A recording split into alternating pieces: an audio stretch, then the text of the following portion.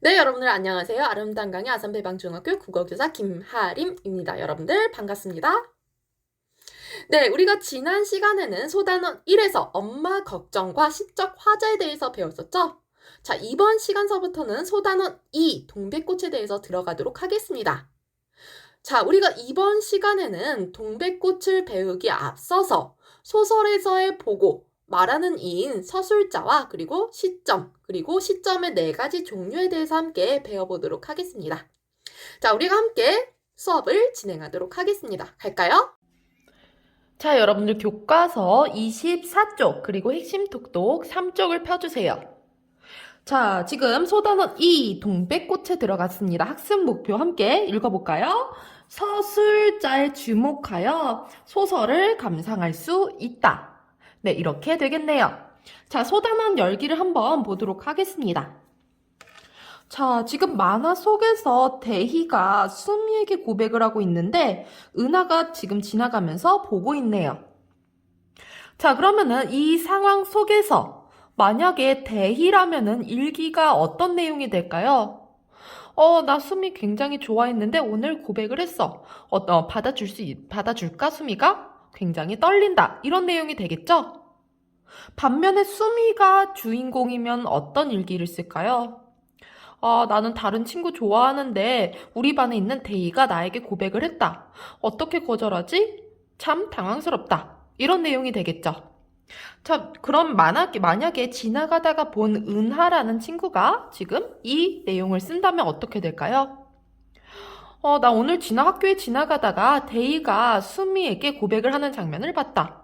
안타깝다. 대희가 참 많이 상처받을 것 같다. 수미는 다른 아이를 좋아하는데. 요런 내용이 될 것 같습니다. 자, 우리가 지금 하나의 동일한 사건을 봤는데, 자, 근데 대희가 주인공인지, 대희가 말을 하는지, 수미가 말을 하는지, 은하가 말을 하는지에 따라서 이 같은 사건에 대한 내용이 어때요? 달라지고 있네요. 자, 그래서 이렇게 일기 속에서 말하는 사람, 이렇게 다양한 말하는 사람이 있을 수 있듯이 소설 속에서도 말하는 사람이 있습니다. 자, 우리가 핵심 톡톡 3쪽을 보도록 하겠습니다. 자, 그게 뭐냐 하면은 서술자. 자, 개념을 한번 보도록 하겠습니다. 소설에서 독자에게 이야기를 전달하는 사람을 서술자라고 합니다. 자, 그럼 특징을 한번 보도록 하겠습니다. 첫 번째, 작가가 자신의 생각을 효과적으로 드러내기 위해서 설정한 가상의 인물입니다. 가상의 인물. 자, 그래서 지금 이 소설에서의 나는 작가 자신일까요? 네, 아닙니다. 왜냐면은 가상의 인물입니다. 작가가 자신의 생각을 드러내기 위해서 임의적으로 그냥 상상을 통해서 설정한 인물이에요. 자, 그래서 이 서술자는 사건, 인물의 행동과 심리, 인물, 배경 이런 것들을 전달한대요. 자, 니은 보도록 할게요. 서술자는 이야기 안에 등장하는 인물일 수도 있고 이야기 밖의 존재일 수도 있다라고 하고 있습니다. 자, 우리가 시에서도 나로 이렇게 이야기 안에 등장하는 화자 나가 등장을 할 수도 있고 반면에 이야기 밖에서 우리가 화자가 등장하지 않는 시도 있다라고 했었죠.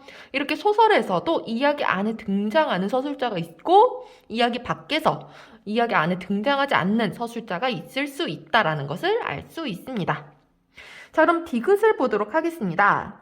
어떤 서술자를 선택하는지에 따라서 작품의 내용, 주제, 분위기 등이 달라집니다. 예를 들어 볼까요? 서술자를 아이로 할 경우에는 순수한 분위기, 좀 더 순수한 분위기가 되죠. 그리고 동심으로 지금 바라보는 세상 등을 전달할 수 있어요. 반면에 아이이기 때문에 정확한 사건의 내용이 무엇인지는 파악하는 데 조금 어려움이 있을 수 있겠죠. 반면에 어른이 서술자일 경우에는 아이보다는 좀 더 사건을 좀 더 정확하게 세밀하게 파악할 수 있을 것 같아요. 하지만 순수한 분위기나 동심 이런 내용들을 전달하기에는 조금 어려움이 있을 것 같네요. 자, 여기서도 보니까 이 소단원 열기에서도 보니까 이 서술자가 대의인지 수미인지 은하인지에 따라서 내용이 달라지죠? 대의면은 두근거림, 떨림 이런 게 주된 내용일 거고, 수미는 당혹스러움 이런 게 주된 내용일 거고, 은하는 불쌍하다 이런 내용이 주된 내용일 것 같아요. 자, 그래서 서술자에 따라서 이런 내용, 주제, 분위기 이런 것들이 달라질 수가 있다라는 것을 정확하게 기억해 두면 되겠습니다. 자, 그럼 두 번째로 시점이라는 개념을 익혀보도록 할게요. 자, 시점은 뭐냐 하면은 개념 한번 볼까요? 서술자가 작품 속에서 말하는 인 서술자가 사건이나 인물을 바라보는 관점이다. 자, 그래서 시점, 사건이나 인물을 바라보는 관점인데, 자, 이게 소설 아닙니다. 그리고 여기는 소설 밖이겠죠? 자, 소설 안에는 다양한 인물들이 나와서 다양한 사건을 진행을 하고 있습니다. 자, 근데, 자, 그러면 이 작품 속에서 나라는 인물이 지금 사건을 전달을 하고 있어요. 이럴 수도 있고, 작품 밖에 있는 사람이 이 안에 있는 인물들의 이야기를 전달을 할 수도 있겠죠? 이렇게 어디에 있는지, 어떻게 바라보는지, 이런 관점을 시점이라고 합니다. 자, 그럼 종류를 한번 보도록 할게요. 서술자의 위치 그리고 태도에 따라서 4가지로 나뉩니다. 자, 여기 표를 볼까요? 이 표 굉장히 중요합니다. 선생님이 지금 형광펜 들도록 할게요. 자, 형광펜 그리고 별표 치도록 하겠습니다. 자, 지금 여기 위치랑 보면 위치랑 태도가 있죠? 자, 위치 행부터 볼게요. 자, 위치는 지금 2가지가 있을 수 있어요. 작품 내부인지 작품 외부인지. 아까 전에 여기서 예를 들었었죠? 작품 안에 있는 인물이 사건을 전달할 수 있고, 또는 작품 밖에 있는 인물이 사건을 전달할 수 있다. 위치는 내부인지 외부인지에 따라서 이렇게 2가지로 납니다.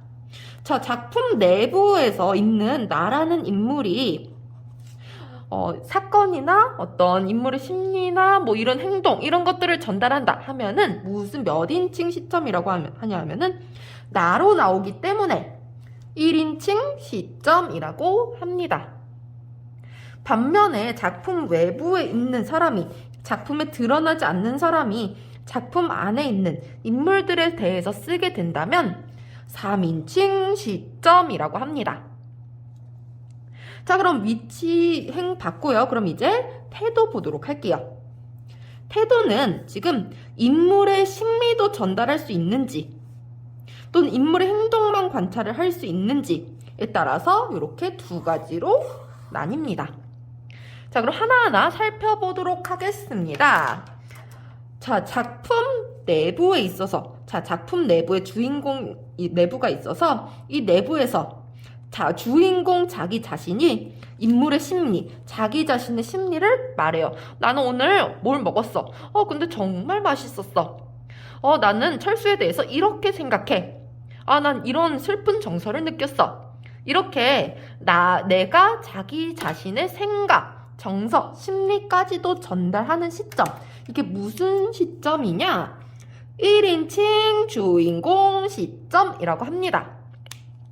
주인공 나가, 자, 나는 주인공이에요. 서술자가 곧 이꼴 주인공입니다. 그래서 자신이 직접 겪은 일과 그에 따른 생각과 정서를 전달하는 시점입니다. 자, 반면에 지금 2번째 시점은 1인칭 관찰자 시점이 있습니다.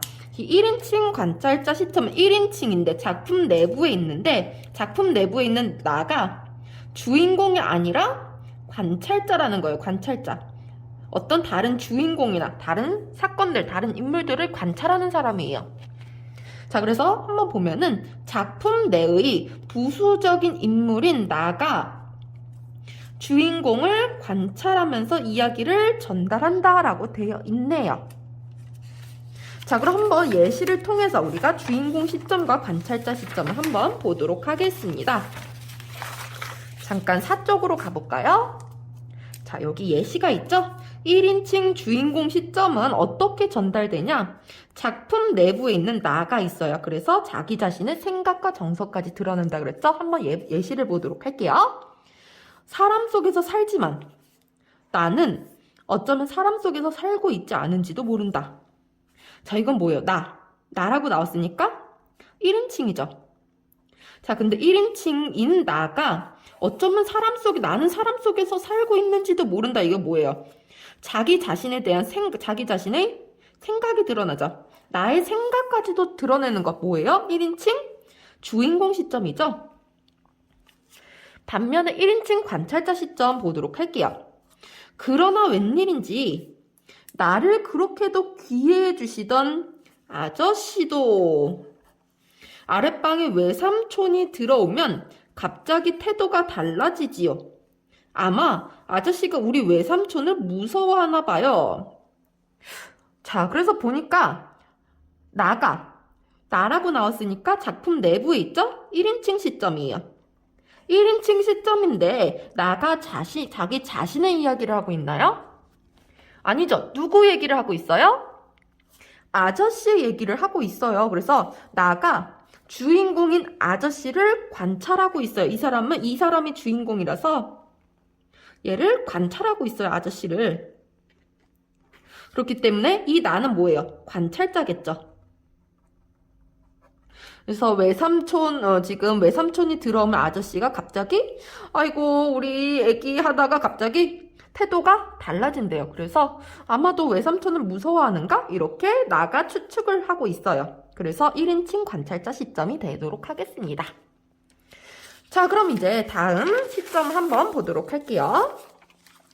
자, 3쪽 다시 돌아와서요. 자, 작품 외부에 있는 서술자가 인물의 심리까지도 전달하는 시점 또 뭐냐 하면은 자, 3인칭인데요. 전지적 작가 시점이라고 합니다. 자, 이거는 뭐냐면 온전할 전 알지자를 씁니다. 온전하게 모든 걸 안다. 이게 무슨 뜻이냐면 온전하게 모든 걸 안다. 자, 작품 밖에서 서술자가 자, 철수랑 영이라는 아이가 나온 이런 작품이 있습니다. 자, 근데 서술자는 이 작품의 밖에 있어요. 자, 근데 철수가 영희에게 고백을 했다. 철수는 굉장히 떨리고 있다. 영희는 굉장히 곤란해하고 있다. 왜냐하면은 철수가 고백을 했지만 철수를 친구 이상으로 본 적이 없기 때문이다. 자, 이렇게 예시를 들어보았는데요. 자, 작품 밖에 있는 서술자가 철수가 굉장히 떨리고 있다. 영희는 곤란해하고 있다. 이건 뭐야? 철수와 영희의 뭐예요? 심리죠. 자, 철수와 영희, 작품 내에 있는 모든 인물들의 심리를 꿰뚫어보고 있어요. 자, 그래서 작품 밖에서 사건, 인물의 행동뿐만 아니라 인물의 심리까지도 모두 꿰뚫어보고 있어요. 그래서 온전할 전, 알지자, 온전하게 안다. 자, 온전하게 안다. 이건 누구만 알 수 있어요. 전지전능한 거. 신만 알 수 있는 거죠. 그래서 신과 같은 시점이다. 전지적 작가 시점. 이렇게 알면 되겠습니다. 자, 네 번째 3인칭 관찰자 시점 볼까요? 3인칭 관찰자 시점. 이건 뭐냐 하면은 작품 외부에 있는 서술자가 인물의 행동을 관찰만 하고 있어요. 자, 그래서 작품 외부에서 인물의 행동만 관찰을 하고 있어요. 이게 3인칭 관찰자 시점입니다. 한번 보도록 할게요. 작품 밖에서 인물의 행동과 사전이 아니라 사건입니다. 사건 등을 객관적으로 관찰하여서 전달한다. 자, 그럼 예시를 들어보도록 할게요. 자, 요거 똑같이 서술자가 밖에 있어서 철수가 영희에게 고백했고 영희가 철수를 까야 되는 이런 상황을 서술해 보도록 할게요. 자, 서술자가 철수와 영희의 사건을 얘기를 할 때 이렇게 얘기를 할 수 있어요. 철수가 영희에게 갑자기 나 오늘 고백할게 라고 하면서 편지를 건넸다. 철수가 얼굴이 굉장히 붉고 호흡이 가파라졌다. 하지만 영희는 편지를 받으면서 기쁜 내색을 하지 않고 굉장히 곤란한 표정을 지었다. 자, 같은 사건을 이렇게 표현을 할 수도 있을 거예요. 철수가 얼굴이 붉어졌다. 굉장히 두근거리는 상황이죠. 두근거린다라는 심리를 직접적으로 전달하지 않고 철수의 표정, 행동 이런 것들을 통해서 작품 외부에 있는 3인칭이 인물의 행동만 관찰을 해서 우리는 철수가 굉장히 떨리는구나 이렇게 추측을 할 수 있게끔. 마찬가지로 영희도 영희는 굉장히 곤란해 보이는 표정이었다. 표정을 통해서 인물의 행동, 표정을 통해서 관찰을 해서 영희는 철수를 별로 좋아하지 않는 것 같아 라고 독자들이 추측을 할 수 있겠죠. 자, 이게 3인칭 관찰자 시점입니다. 자, 그럼 한번 보도록 할까요? 예시를 보도록 할게요. 전지적 작가 시점. 마침내 양반 집을 찾아가 환자를 대신 갚아주겠다고 하니 양반은 몹시 기뻐하며 승낙했다. 자, 지금 여기서 서술자 나가 나와 있나요? 나?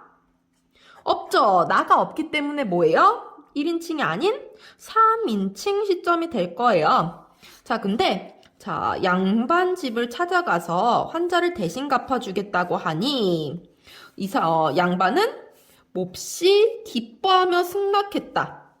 작품 밖에 있는 사람이 양반을 기뻐하며 승낙했다. 이거 뭐예요? 심리죠. 양반, 다른 사람의 심리까지도 꿰뚫어보고 있어요. 그래서 3인칭인데 전지전능합니다. 전지적 작가 시점이죠. 자, 네 번째 3인칭 관찰자 시점의 예시를 보도록 하겠습니다. 문득 소녀가 먼저 던진 조약돌을 내려다보았다. 물기가 거쳐 있었다. 소녀는 조약돌을 집어서 주머니에 넣었다. 자, 여기서 나가 나와 있나요? 마찬가지로 나와 있지 않기 때문에 3인칭 시점인데, 자, 소녀와 소년이 행동만 나오죠. 소녀가 조약돌을 내려다보다가 거쳐 있었다. 소녀는 조약돌을 집어서 주머니에 넣었다. 행동만 나타날 뿐입니다. 심리가 드러나지 않아요. 행동을 관찰하고 있다. 관찰자 시점. 무슨 3인칭. 이렇게 정리를 할 수 있습니다. 자, 이 시점 굉장히 중요하기 때문에 정확하게 이해를 해 두세요. 네, 이렇게 해서 우리가 시점에 대해서 전부 다 배워보았습니다. 자, 우리 오늘 배운 내용 굉장히 중요합니다. 우리가 서술자가 뭔지 그리고 시점, 4가지 시점에 대해서 정확하게 이해하고 있어야 돼요. 자, 그럼 우리가 다음 시간에 배울 내용에 대해서 선생님이 간략하게 예고를 한 후에 이번 수업 마치도록 하겠습니다. 자, 우리가 다음 시간서부터는 우리가 25쪽에 있는 동백꽃에 대해서 배워보도록 할 텐데요. 이 동백꽃, 여러분들 동백꽃 본 적 있나요? 네, 굉장히 아름다운 꽃이죠. 자, 이 동백꽃은 이 소설에 있어서의 주요한 소재예요. 그래서 이 동백꽃 속에 이제 청춘 남녀가 이렇게 파묻히는 이런 아름다운 러브스토리를 그린 소설입니다. 자, 이 소설은 농촌에 사는 순박한 소년과 그리고 영악한 소녀의 순수한 사랑 이야기입니다. 그래서 지금 여기 이렇게 보면은 닭싸움이 나와 있는데, 자, 닭싸움 시키면서 막 티카티카 하다가 툭툭대면서 치고받고 싸우다가, 그러다가 나중에 화해를 하면서 맺어지는 이런 순수한 남녀의 러브스토리를 그린 소설입니다. 자, 우리 다음 시간에는 이렇게 동백꽃을 우리가 진행을 해보도록 하겠습니다. 자, 우리가 다음 시간에 우리가 강의를 진행을 하기 앞서서 우리가 동백꽃이라는 소설을 여러분들이 집에서 한번 읽어가지고 오면 좋을 것 같네요. 자, 그럼 여기서 수업을 마치도록 하겠습니다.